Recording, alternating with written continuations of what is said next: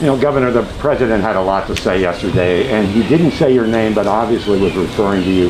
What do you have to say to him back when it came to about the mask mandates? Well, I would just say generally, when you're taking action that's unconstitutional, that threatens the jobs of the people in my state, many thousands of jobs, I'm standing for them. We're going to protect their jobs against federal overreach.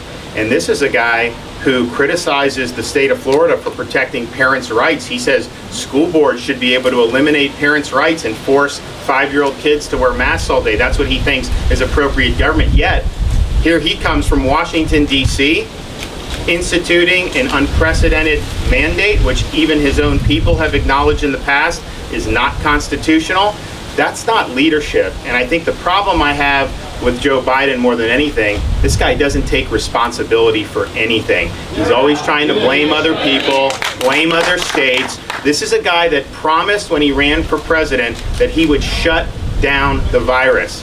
If you look now, there's 300% more cases in this country today than a year ago when we had no vaccines at all. So his policies are not working. He's doubling down on things that are going to be very destructive for the livelihoods of many Americans, and obviously going to be destructive to our constitutional system and the rule of law. And so these are times when you believe in that Constitution, you got to stand up. And obviously the substantive issue is important, because there are places that are going to toss aside people they've worked this whole time throughout COVID. Now all of a sudden they should be tossed aside. They were working when nobody had vaccine. You don't know their history. You don't know why they're making decisions that they're making. Many of these people have already recovered and they have immunity. The idea that somehow you have somebody that gets a Johnson & Johnson, they can work, but someone that's got natural immunity somehow can't, that natural immunity is strong.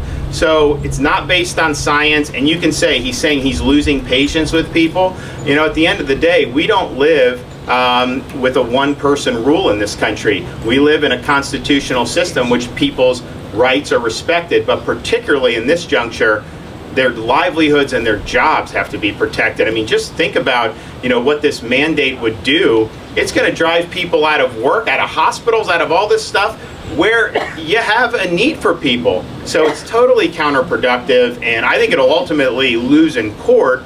But before that, you know, there needs to be action taken to protect the people of our state and hopefully of the entire United States. Nobody should lose their job based on this decision.